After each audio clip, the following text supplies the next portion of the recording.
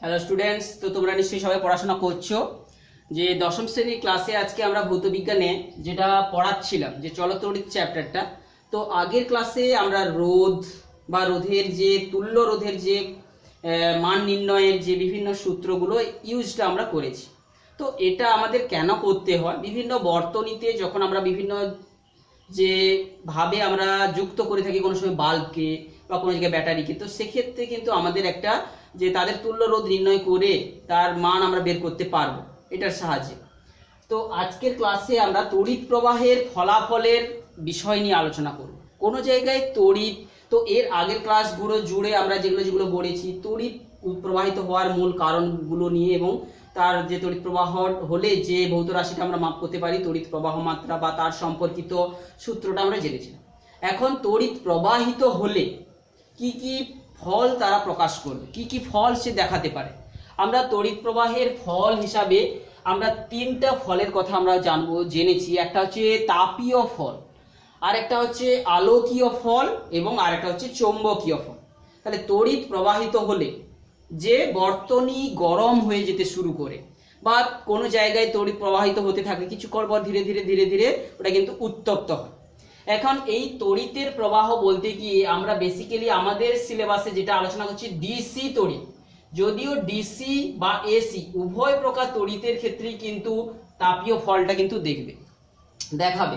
অর্থাৎ bulb battery নিয়ে কাজ করলে যেখানে একই মুখে তড়িৎ প্রবাহিত হয়, সেখানেও যেমন তাপীয় ফল দেখাবে যেভাবে অল্টারনেটিং কারেন্ট, অর্থাৎ প্লাস মাইনাস দিক চেঞ্জ করছে। যেমন কি আমাদের বোর্ডের কারেন্ট, বাড়িতে যে বৈদ্যুতিক যে তার রয়েছে তারের যে কারেন্ট, সেখানে কিন্তু প্লাস মাইনাস কোনো ব্যাপার নেই। যদি খুশি আমরা সুইচ যদি প্লাগ ঢোকাবো, সে কিন্তু বাল্ব জ্বলবে বা অন্য কিছু কাজ হবে, যদি সেটা এসি বর্তনীতে চলার উপযোগী যন্ত্র হয়ে থাকে। তো এক্ষেত্রে আমরা তড়িৎ প্রবাহের তাপীয় ফলটা এটা এসি তড়িৎ বা ডিসি তড়িৎ, এসি বলতে কি অল্টারনেটিং কারেন্ট প্রবাহ, তড়িৎ প্রবাহ কিংবা ডাইরেক্ট তড়িৎ প্রবাহ, উভয় প্রকার তড়িৎ প্রবাহে কিন্তু এই ফলটা দেখব। তো এছাড়াও তড়িৎ প্রবাহের আমরা কি বললাম আলোকীয় ফল এবং চৌম্বকীয় ফল আমরা পরপর আলোচনা করব। যদিও তড়িৎ প্রবাহের তাপীয় ফলের সঙ্গে আলোটাকে আমরা এখানে আলোচনাটা করে নেব, কারণ কি আলো হচ্ছে কি তাপ শক্তির একটা ভিন্ন রূপ। তাপ শক্তিটা যখন আরো বেশি শক্তিশালী তাপ উৎপন্ন করে, সেটা আলোতে রূপান্তরিত হয়ে যায়, ভাস্বর হয়ে আমাদের চোখে দৃশ্যমান হয়। তো সেইটা আমরা তাপীয় ফল এবং আলোকীয় ফলটাকে আমরা একযোগে আলোচনাটা করব। এবং এখানে যে বিজ্ঞানী হচ্ছে এই যে তাপের উৎপন্ন হওয়ার ব্যাপার নিয়ে গবেষণা করেছিলেন, তিনি হচ্ছেন বিজ্ঞানী জুল। তিনি এই তড়িৎ প্রবাহের তাপ সম্পর্কিত তিনটা সূত্র তিনি পরীক্ষা নিরীক্ষার মধ্য দিয়ে নির্বাচন করে তিনটা সূত্র তিনি নির্ণয় করেছিলেন। যে কোনো একটা বর্তনীতে যদি তার রোধ রয়েছে, তাতে আমি কিছুক্ষণ ধরে আমি তড়িৎ প্রবাহ চালালে এটা ব্যাটারি একটা লাগিয়েছি, তার মধ্যে দিয়ে তড়িৎ প্রবাহ হবে, সেই অনুযায়ী রোধের উপর ভিত্তি করে তড়িৎ প্রবাহ হবে। আবার কত সময় ধরে চালাচ্ছি, এই সমস্ত ব্যাপারগুলো নিয়ে তিনি পরীক্ষা নিরীক্ষা করছিলেন। ধরো একটা ব্যাটারি, একটা তার, একটা বাল্ব, এই সমস্ত নিয়ে তিনি ধরো পরীক্ষাটা করছেন। তো দেখলেন কি যে এখানে বর্তনীটা যে গরম হয়ে যাওয়া, বর্তনীটা যে তাপ উৎপন্ন হওয়া, তাহলে এই যে তাপ কিন্তু আমরা একটা শক্তির একটা রূপ, তাপ শক্তির একটা রূপ। আবার কি কার্য আর শক্তি পরস্পরের যে তাদের একক একই, অর্থাৎ তারা ভিন্ন রূপ। কার্য এবং শক্তি পরস্পরের কিন্তু সমতুল্য। তো আমরা সেটা জুল এই সমস্ত বিষয়গুলো নিয়ে তিনি পরীক্ষা করেছিলেন। অর্থাৎ তিনি একদিকে কার্য করা এবং তাপ পাওয়া সেই বিষয় নিয়ে যেমন ভাবে আলোচনা করেছিলেন, এবং তিনি সেখানে দেখিয়েছিলেন যে কার্য এবং তাপ পরস্পর সমানুপাতিক। বেশি কার্য করলে বেশি তাপ উৎপন্ন হলে, কম কার্য করলে কম তাপ উৎপন্ন হবে। এবং সেখানে তিনি সমানুপাতিক ধ্রুবক হিসাবে একটা জুল যে হিসাবে নিয়ে এসেছিলেন, যে কে বলা হচ্ছে জুল তাপের যে তুল্যাঙ্ক, যান্ত্রিক তুল্যাঙ্ক যাকে বলছে, তাপের যান্ত্রিক তুল্যাঙ্ক। অর্থাৎ কার্য আর হচ্ছে তাপ শক্তি, তাপ উৎপন্ন করার যে মধ্যে সমানুপাতিক সম্পর্ক আছে, আর এই ধ্রুবকটাকে বলা হচ্ছে তাপের যান্ত্রিক তুল্যাঙ্ক, তাপের যান্ত্রিক তুলনাঙ্ক বা তুল্যাঙ্ক বলে বলা হচ্ছে, তাপের যান্ত্রিক তুল্যাঙ্ক। তো এই সূত্র তিনি তাপ আর কার্য নিয়ে যেমন আলোচনা করছিলেন, তিনি বিজ্ঞানী জুল কি করছিলেন যে তড়িৎ বর্তনীতে উৎপন্ন হওয়া তাপের বিষয় নিয়েও তিনি আলোচনা করছিলেন। তড়িৎ বর্তনীতে তিনি দেখেছিলেন যে উৎপন্ন হওয়া তাপের মানটা ওই বর্তনীতে যে তড়িৎ প্রবাহ হচ্ছে সেই প্রবাহের বর্গের সমানুপাতিক। অর্থাৎ আমরা জুলের প্রথম সূত্র হিসাবে যদি বলছি, জুলের সূত্র, এটা তড়িৎ বিজ্ঞানের ক্ষেত্রে আমরা সূত্রটা আলোচনা করছি, আর এটা হচ্ছে তাপ বিজ্ঞানের বিষয়। তাহলে তড়িৎ বিজ্ঞানে তিনি তাপ উৎপন্ন হওয়ার সমীকরণ তিনি পেয়েছিলেন যে বর্তনীতে কত তাপ উৎপন্ন হবে যখন কি ওই বর্তনীর রোধ এবং বর্তনীতে কত সময় ধরে তড়িৎ প্রবাহ পাঠানো হচ্ছে সেই দুটো যদি ধ্রুবক থাকে বা স্থির রাখা হয় তাহলে উৎপন্ন তাপটা তড়িৎ প্রবাহ মাত্রার বর্গের সমানুপাতিক। তো এক্ষেত্রে আমরা কোনো কোনো বইতে তড়িৎ প্রবাহ মাত্রাকে সি হিসাবেও প্রকাশ করে থাকে, আই হিসাবেও কোনো জায়গায় প্রকাশ করতে তোমরা দেখবে। তো বিভিন্ন অথারের বইতে বিভিন্নভাবে থাকে, তবে আমরা আমাদের মতো করে আই স্কোয়ার দিলাম। তো অর্থাৎ কি এই সূত্রটা কি, প্রথম সূত্র যদি বলি ফার্স্ট জুলের প্রথম সূত্র কি না, কোনো বর্তনীতে তড়িৎ বর্তনীতে উৎপন্ন তাপের মান তড়িৎ প্রবাহ মাত্রার বর্গের সমানুপাতিক। অর্থাৎ তড়িৎ যদি 1 অ্যাম্পিয়ার যায় তাহলে 1 স্কোয়ার উৎপন্ন হবে, যদি 2 অ্যাম্পিয়ার যায় তাহলে 2 স্কোয়ার, 4 গুণ হারে তাপ উৎপন্ন হবে। তো যখন কি ওই বর্তনীর একটা নির্দিষ্ট রোধ আছে এবং নির্দিষ্ট সময় ধরে আমি চালাবো, অর্থাৎ কি আমি ধরো এইখানে একটা রোধ রেখে একটা নির্দিষ্ট সময় ধরে ব্যাটারি লাগিয়ে কারেন্ট পাঠাচ্ছি, এরপরে কি করলাম না ব্যাটারিটা চেঞ্জ করে আর একটু বেশি তড়িৎ প্রবাহ পাঠালাম, তাহলে তখন দেখা যাবে যে অন্য পরিমাণ তাপ উৎপন্ন হবে। দ্বিতীয় সূত্র হিসাবে কি বলছে দেখেছিলেন তিনি পর্যবেক্ষণে যে উৎপন্ন যে তাপের মানটা তড়িৎ বর্তনীতে দেখেছিলেন যে রোধ যত বেশি হবে, বর্তনীর রোধ যত বেশি হবে, যেটা লাগানো আছে কোনো কারেন্ট এলিমেন্ট হিসাবে, রোধ বেশি হলে বেশি বেশি তাপ উৎপন্ন হবে। অর্থাৎ তখন যদি বর্তনীতে তড়িৎ প্রবাহ মাত্রা একটা নির্দিষ্ট থাকছে এবং যে নির্দিষ্ট সময় ধরে আমি তড়িৎ পাঠাচ্ছি সেই সময়ে কিন্তু উৎপন্ন যে তাপের মানটা রোধ যত বেশি হবে তার উপর নির্ভর করে। তো আমরা এই পারপাসে একটা কথা বলে নিচ্ছি, কোনো বর্তনীর রোধ, এই যে রোধের মানটা আমরা কি করে বর্তনীর দৈর্ঘ্যের মানে তারের দৈর্ঘ্যের সঙ্গে প্রস্থচ্ছেদের সঙ্গে বা উপাদানের সঙ্গে নির্ভর করে সেটা আমরা পড়েছি। অর্থাৎ এই সূত্র থেকে তোমরা দেখতে পাচ্ছ যদি উৎপন্ন তাপটা রোধের সমানুপাতিক হয়ে থাকে, আবার রোধ বেশি হলে তাহলে বেশি তাপ উৎপন্ন হবে। আবার আমরা রোধ কোন কোন বিষয়ের উপর নির্ভর করে সেই যে আলোচনাতে আমরা দেখেছি যে বর্তনী বা যে তারের দৈর্ঘ্য বেশি হবে তার রোধ বেশি হবে এমনিতে, অর্থাৎ আমরা যত বেশি দৈর্ঘ্যের তারকে রাখবো সেটাতে রোধ বেশি আছে, তাহলে সেই রোধ বেশি হওয়া মানে বেশি তাপ উৎপন্ন হবে। আচ্ছা, এই ক্ষেত্রে তৃতীয় সূত্র হিসাবে তিনি আরো কি দেখলেন, থার্ড যে সূত্র হিসাবে তিনি দেখালেন কি যে উৎপন্ন তাপটা যে বর্তনীতে কত সময় ধরে তড়িৎ প্রবাহটা আমি পাঠিয়েছিলাম তার উপর নির্ভর করবে। বেশি সময় ধরে, যেমন আমরা মোবাইলটা দেখি না বেশি গরম হয়ে গেছে, তাহলে অনেকক্ষণ ধরে ওর মধ্যে তড়িতের চলাচল হচ্ছিল ব্যাটারি থেকে ওই সমস্ত কিছুর মধ্যে, তো বেশি তাপ উৎপন্ন হয়ে যাবে। অর্থাৎ কি যখন সেই বর্তনীর রোধ হোক কিংবা ওর মধ্যে দিয়ে যে তড়িৎ প্রবাহিত হচ্ছে সেইগুলো যদি ধ্রুবক থাকে তাহলে এটাকে বলা হবে তৃতীয় সূত্র। তো এই সূত্রগুলোকে সিম্বলাইজেশন যেভাবে যে সমীকরণটা লিখেছি সিম্বলের আকারে সেইটা দেখে নিশ্চয়ই তোমরা সংজ্ঞাটা বলতে পারবে। কিভাবে? প্রথম সূত্রটা তাহলে নিশ্চয়ই যে কোনো বর্তনীর তড়িৎ প্রবাহ রোধ এবং তড়িৎ প্রবাহিত হওয়ার সময় যদি অপরিবর্তিত রাখা হয় বর্তনীতে উৎপন্ন তাপ তড়িৎ প্রবাহ মাত্রার বর্গের সমানুপাতিক। অর্থাৎ আমরা ধ্রুবক ব্যাপারটাকে বা স্থির রাখা ব্যাপারটাকে আগে বলে নিয়ে পরে আমরা তার সম্পর্কটা বলবো। ঠিক একইভাবে তৃতীয় সূত্রে কি পাবো না, কোনো বর্তনীর রোধ এবং বর্তনীর মধ্য দিয়ে তড়িৎ প্রবাহ মাত্রা যদি অপরিবর্তিত রাখা হয় তাহলে বর্তনীতে উৎপন্ন তাপ বর্তনীর মধ্য দিয়ে যতক্ষণ ধরে তড়িৎ প্রবাহ মাত্রা চলতে থাকবে তার সেই সময়ের সমানুপাতিক। এবং এই সমস্ত সূত্রগুলোকে আমরা যদি যৌগিক ভেদের উপপাদ্য থেকে দেখি তাহলে আমরা বলতে পারি কি H সমান I square R into T, I square R into T. এখন আমরা যে এইটা প্রকৃতপক্ষে কার্যের সমীকরণ এবং এই যে I স্কোয়ার R টি এটা প্রকৃতপক্ষে কার্য করতে হচ্ছে। একক বিন্দু আধানকে এই ভেতর দিক দিয়ে নিয়ে যেতে যে কার্য করতে হয় সেই কার্যের মানটা হচ্ছে কিন্তু এইটা। তো এই সমানুপাতিক সমীকরণে আমরা ধ্রুবক হিসাবে এই সমান এই যে I square R T by যে একটা তুল্য তাপের যান্ত্রিক তুল্যনাঙ্ক হিসাবে যেটাকে ব্যবহার করা হয়ে থাকে, কারণ এইটা হচ্ছে কার্যের মাত্রা, কার্য বোঝাচ্ছে। তো তাহলে কার্যকে আমরা এটা দিয়ে ভাগ করে তাপ পাচ্ছি, অর্থাৎ কার্য সমান জে ইন্টু এইচ এর সমীকরণ তিনি দেখিয়েছিলেন। তাপ এবং কার্য পরস্পর সমানুপাতিক। এই জে এর মানটা যদি আমি সিজিএস পদ্ধতিতে বসাই, আমরা জানি যে জে সমান 4.2 ক্যালোরি। ক্যালোরি যদি বসাই তাহলে এক্ষেত্রে আমরা সিজিএস পদ্ধতিতে কিন্তু পেয়ে যাব আই স্কোয়ার আর টি ভাজিত 4.2। তাহলে এক্ষেত্রে সমীকরণটা পাবো এইচ সমান 0.24। এটা যদি 1/4.2 কে ভাগ করি 1 কে, তাহলে এটা 0.24 আই স্কোয়ার আর টি।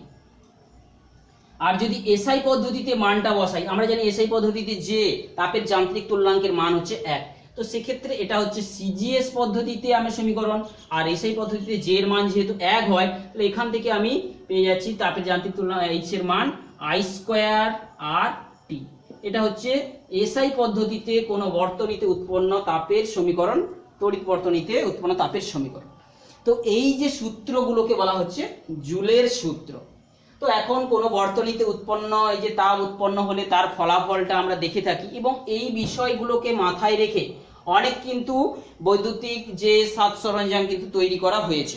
সেই সাজ সরঞ্জামগুলো কি কি, যে আমরা জানি যে বৈদ্যুতিক ইস্ত্রি, আর হচ্ছে কি বাল্ব, আর হচ্ছে কি ফিউজ তার, এই সমস্ত বিষয়গুলো। অর্থাৎ কোনো বর্তনীতে তড়িৎ প্রবাহিত হলে তার দরুন যে তাপ উৎপন্ন হয়, সেই ঘটনাটাকে কাজে লাগিয়ে কিছু ব্যবহারিক যন্ত্র আমাদের তৈরি করতে হবে। কিছু ব্যবহারিক যন্ত্র, অর্থাৎ তাপের ফলকে, তড়িৎ প্রবাহের তাপের ফলকে কাজে লাগিয়ে কিছু ব্যবহারিক যে যন্ত্রপাতি যেগুলো আমাদের ব্যবহার করে থাকি। 1 নম্বর হচ্ছে কি, যে 1 নম্বরে আমরা বলতে পারি যে একটা বৈদ্যুতিক ইস্ত্রি।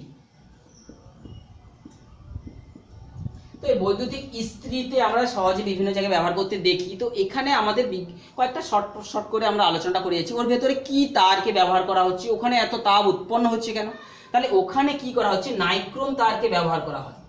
নাইক্রোম তার, নাইক্রোম নিকেল আর ক্রোমিয়াম দিয়ে ওর একটা সংকর ধাতুর তার, যার রোধ অনেক বেশি হয়। তাহলে সেই বেশি রোধ হওয়া কোনো তারকে পেঁচিয়ে পেঁচিয়ে কোনো অভ্র রাখা থাকে। অভ্র আমরা জানি তাপের কুপরিবাহী পদার্থ, সেইটার উপর আমাদের তারকে প্রচুর জড়িয়ে কুণ্ডলী করা আছে, এবং তাকে একটা আয়রন লোহার মেটেরিয়ালের মধ্যে তাকে ঢুকানো আছে, এবং এই যে বর্তনী যে দুটো প্রান্তকে নিয়ে গিয়ে একটা বিন্দু থেকে বের করে সকেট করা আছে। তাহলে এই যে তারটা দীর্ঘ তার দেওয়ার ফলে এই তারটার রোধ এমনিতেই বেশি, এবং তারের দৈর্ঘ্য যদি আরো বড় করে দিই তাহলে উপাদানের দৈর্ঘ্য, রোধ তো এমনিতেই বেশি। আমরা রোধের যে সমীকরণ আর সমান রো ইন্টু এল বাই এ জানি, তাহলে রোধটাকে বাড়ানো হচ্ছে মানে কি, তার উপাদানের রোধাঙ্ক তো এমনিতে নাইক্রোমের রোধাঙ্ক বেশি, সঙ্গে সঙ্গে অনেক দৈর্ঘ্য তার নেওয়ার জন্য রোধও বেশি হচ্ছে, আবার সরু তারকে নেওয়া হচ্ছে। তাহলে সরু তার নেওয়া মানে কি রোধ আরো বেশি হবে। অর্থাৎ আমাদের মূল টার্গেট হচ্ছে রোধটাকে বাড়ানো। তাহলে রোধ বাড়াতে গিয়ে উপাদানটাকে চুজ করলাম নাইক্রোম তার, তার জন্য রোধ বেশি উপাদানের। দ্বিতীয়ত কি, অনেক দীর্ঘ তারকে পেঁচিয়ে পেঁচিয়ে জড়িয়ে রেখেছি, মানে দৈর্ঘ্য বেশি হলে রোধ বেশি হয় আমরা জানি।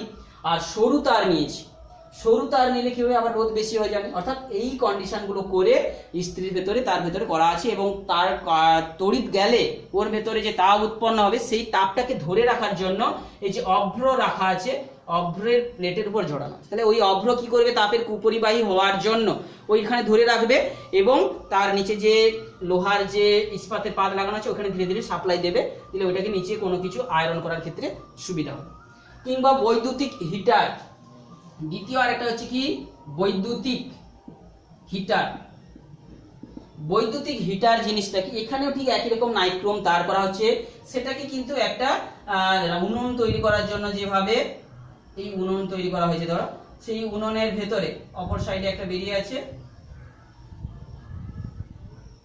তাহলে উনুনের 3টা যে খাঁজ রয়েছে, একটা হচ্ছে এই যে উনুনের ভেতরে, এই সাপোজ আমি অত জটিলে আঁকার দরকার নেই, উনুনের ভেতরে কি আছে, তারের কুণ্ডলী রয়েছে, এবং তারের কুণ্ডলী নিচ প্রান্তে বেরিয়েছে। তাহলে এর উপরে কোনো কিছু হাঁড়ি কড়া চাপালে এখানে সে গরম জিনিসটা রান্না হবে।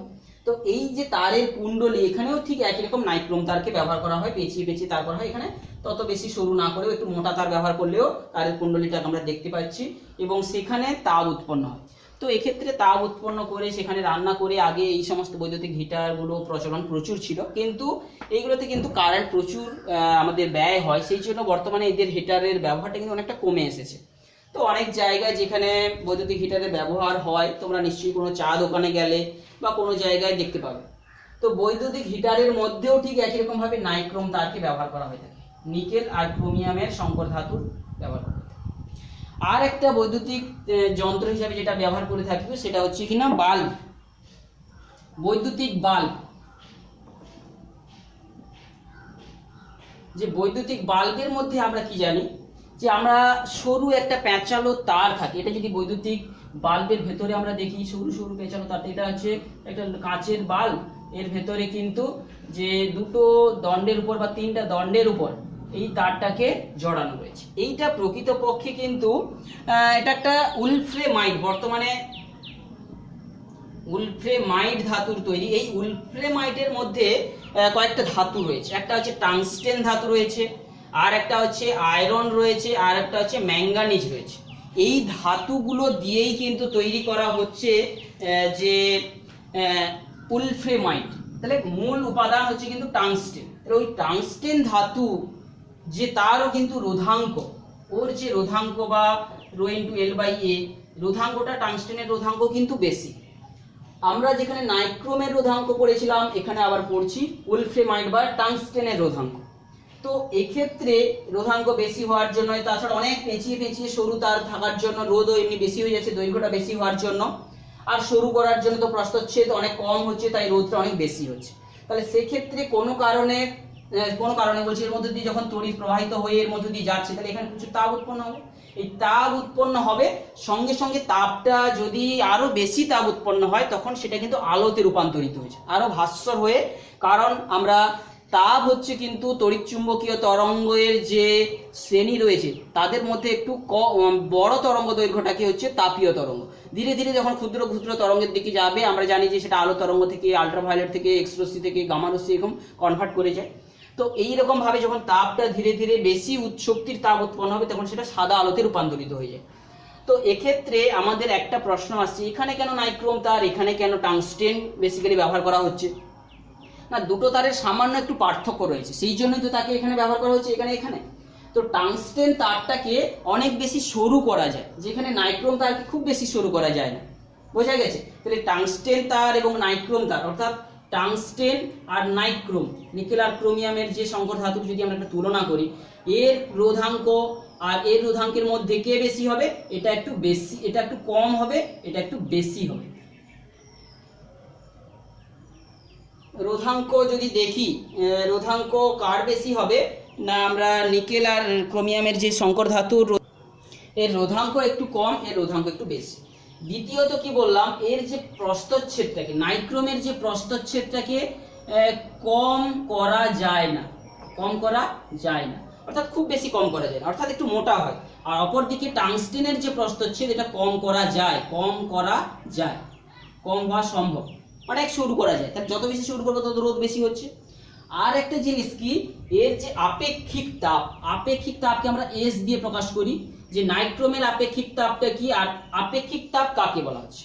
না, কোনো পদার্থের একক ভরকে নিয়ে তার 1 ডিগ্রি উষ্ণতা বাড়াতে যে তাপ লাগবে, আমি নাইক্রোম তারকে নিয়ে তার 1 গ্রাম ভরকে নিয়ে তার 1 ডিগ্রি সেন্টিগ্রেড বাড়াতে যে তাপ লাগবে তাকে বলা হবে নাইক্রোমের হচ্ছে আপেক্ষিক তাপ। আর টাংস্টেনের 1 গ্রাম ধাতুকে নিয়ে তার 1 ডিগ্রি সেন্টিগ্রেড বাড়াতে যে তাপ দিতে হবে তাকে বলা হচ্ছে টাংস্টেনের আপেক্ষিক তাপ।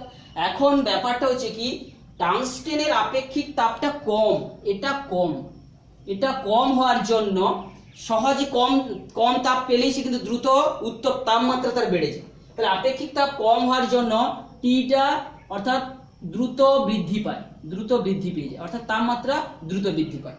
কারণ আমরা আপেক্ষিক তাপ কম মানে কি, অর্থাৎ 1 ডিগ্রি বাড়াতে কম তাপ লাগছে, তাহলে যে বেশি তাপ এলে তাপমাত্রাকে অনেক হাই করে দেবে সঙ্গে সঙ্গে।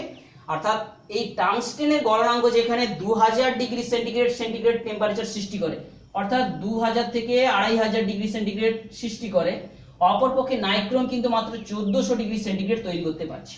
তাহলে এর আপেক্ষিক তাপটা বেশি মানে কি, বেশিক্ষণ সে তাপ ধরে রাখতে পারে। তাহলে তাকে তো আমরা বৈদ্যুতিক হিটারে ব্যবহার করছি, ইস্ত্রিতে ব্যবহার করে রাখছি, অর্থাৎ কি তাপটাকে সে যেন অনেকক্ষণ ধরে রাখে, তাহলে আমাদের ওই কাজটাগুলো করতে সুবিধা হবে। তো এইটা হচ্ছে নাইক্রোম আর টাংস্টেন তারের বেসিক পার্থক্যটা রয়েছে, এবং সেই জন্য কিন্তু এদেরকে আমাদের সেই রকম যন্ত্রগুলোতে ব্যবহার করে থাকি। তো আর একটা যন্ত্র হিসাবে বৈদ্যুতিক যে উপাদান হিসেবে আমরা তড়িৎ প্রবাহের তাপীয় ফলকে কাজে লাগিয়ে ব্যবহার করে থাকি সেটা হচ্ছে ফিউজ তার। চতুর্থ বিষয়টা হচ্ছে ফিউজ তার। তো ফিউজ তার ব্যাপারে তোমরা সবাই জানো, প্রত্যেকের বাড়িতে মূল যে কারেন্টের যে সুইচ রয়েছে তার পাশে একটা ফিউজ তার থাকে। ওই ফিউজ তার প্রকৃতপক্ষে টিন আর সীসা দিয়ে তৈরি একটা সংকর ধাতু। টিন আর সীসার তৈরি কিন্তু একটা সংকর ধাতু, যেখানে টিনটা কিন্তু থাকে মাত্র 25% টিন আর সীসা থাকছে 75%। এদের এই মিশ্র যে সংকর ধাতুটার বৈশিষ্ট্য কি, এদের গলনাঙ্ক কমে যাচ্ছে, গলনাঙ্ক অনেক কম, প্রায় 400 ডিগ্রির কাছাকাছি। তাহলে গলনাঙ্ক কম হওয়ার জন্য তাহলে কি সহজে গলে যাবে। আর অপরদিকে আমাদের যে বর্তনীতে যে তামার তার ব্যবহার করে থাকি, আমরা জানি যে তামার তারের গলনাঙ্ক অনেক বেশি, হাজারের তো অনেক বেশি, কারণ প্রায় 1100 ডিগ্রি সেন্টিগ্রেডের কাছাকাছি তামার গলনাঙ্ক। অর্থাৎ এই যে ফিউজ তারের গলনাঙ্কটা অনেক কম, আর তামার গলনাঙ্ক কিন্তু অনেক বেশি, প্রায় 1200 ডিগ্রির কাছাকাছি।